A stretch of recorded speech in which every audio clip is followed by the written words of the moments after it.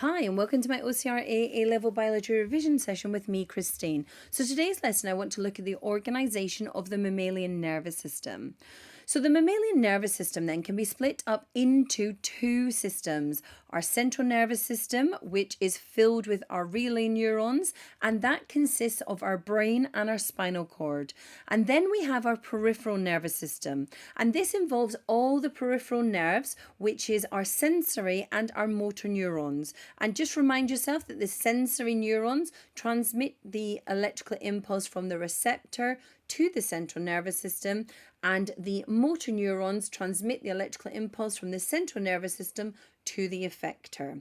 So when we're looking at the peripheral nervous system, then we can actually break that into another two systems.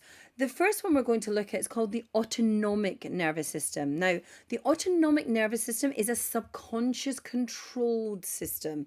It involves our involuntary physiological activity. It's constantly being activated, and when we look at the autonomic nervous system, it's either going to be activating our parasympathetic system. This is involved in relaxing responses and releases the neurotransmitter acetylcholine, or we could be activating our sympathetic nervous system, and if we're activating the sympathetic nervous system, then we are increasing the activity. Now, the parasympathetic nervous system is going to release the neurotransmitter acetylcholine. The sympathetic nervous system releases the neurotransmitter noradrenaline. So I try to remind myself, adrenaline, activity, noradrenaline is the neurotransmitter that's going to be released with the sympathetic nervous system.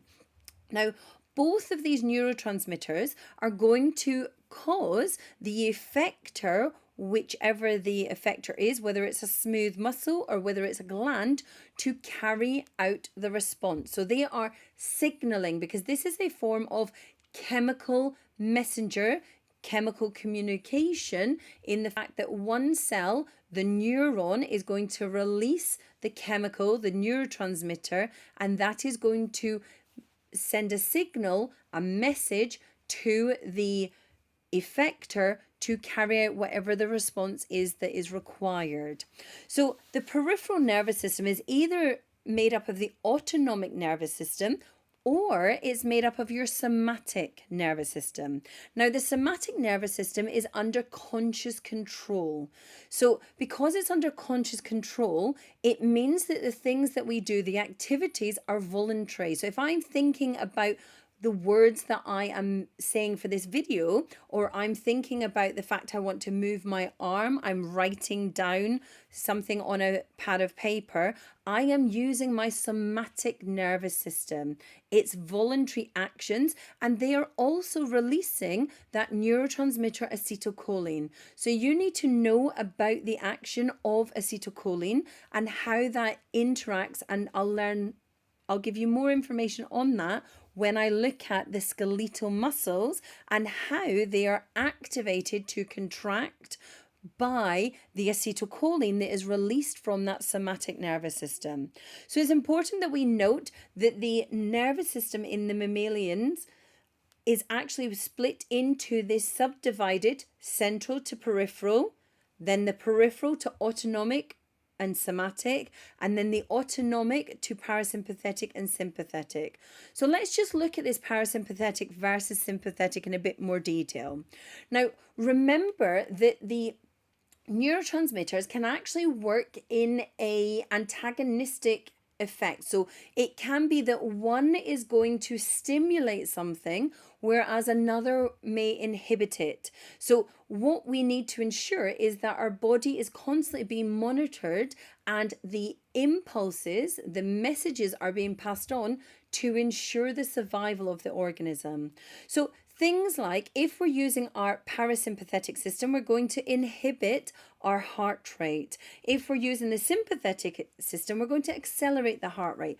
What does that mean? Well, what that actually means is that there are going to be impulses sent down either the parasympathetic nerve or the sympathetic nerve, which is going to signal to the sinoatrial node to either increase the frequency of the impulses across the atria, or to decrease the frequency. So depending on whether we're doing activity, if we're doing activity, we want to accelerate that heart rate. We want to pump more blood around the body so that there is more glucose and oxygen provided for aerobic respiration. If we're going to sleep, if we're going to have a time of relaxation, we want to slow the heart rate down. There's no point in pumping the blood around if it is not required. So our parasympathetic and our sympathetic system actually work in an antagonistic process. If we're thinking about our alveoli and our bronchi and our breathing, ventilation that needs to occur in our lungs, then we can actually talk about how the parasympathetic is going to constrict the smooth muscle in the bronchi, and that will mean that there is less airflow. Or if we are doing activity, we want more airflow going in. We therefore can relax the bronchi, widen that lumen, and therefore allow more air to flood in. If we're looking at the adrenal gland, and you need to know about the fact that the adrenal gland is going to be secreting adrenaline and noradrenaline from the medulla, that is from the sympathetic nervous system. So a message is sent via the sympathetic nervous system to signal to the adrenal gland that adrenaline and noradrenaline need to be released. Now, I'm going to do a whole other video on the action of adrenaline for the fight or flight response. So do please check that one out. And the other thing we've got is the sympathetic nervous system is also involved in stimulating glucose being released. Remember, we're talking about accelerating activity. Our heart rate needs to pump more glucose around to our muscle cells. Well, we need that glucose to be released from the liver. Therefore, we need glycogenolysis to occur. So it's important that we note that these parasympathetic and sympathetic nervous system is involuntary. It's not a conscious thought. It's our subconscious control to maximize the body's responses.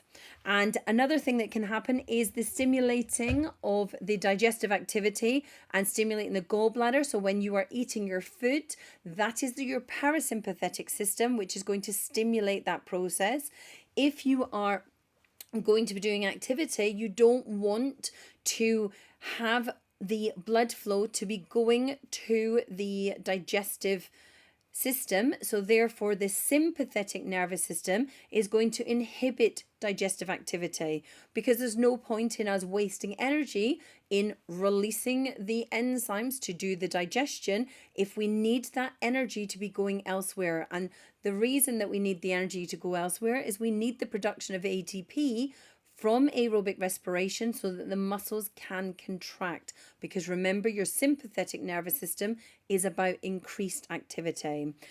And another thing that can happen is that the parasympathetic system can ensure that your pupils will actually constrict, and the sympathetic system will signal for your pupils to dilate. So when you're doing activity, you therefore are going to want those pupil dilation so you are able to have more light in to be detected by your photoreceptors in the back of the eye. Therefore, you'll be able to assess the environment, and that will allow for you to be able to respond. So it's important that we understand the parasympathetic and the sympathetic nervous system is an autonomic nervous system. It is involved in this involuntary physiological responses. So I hope you've liked this video, and if you have, then please do click on the like button and subscribe to my channel. And if you haven't already done so, please do check out my revision platform, www.aiqchat.com.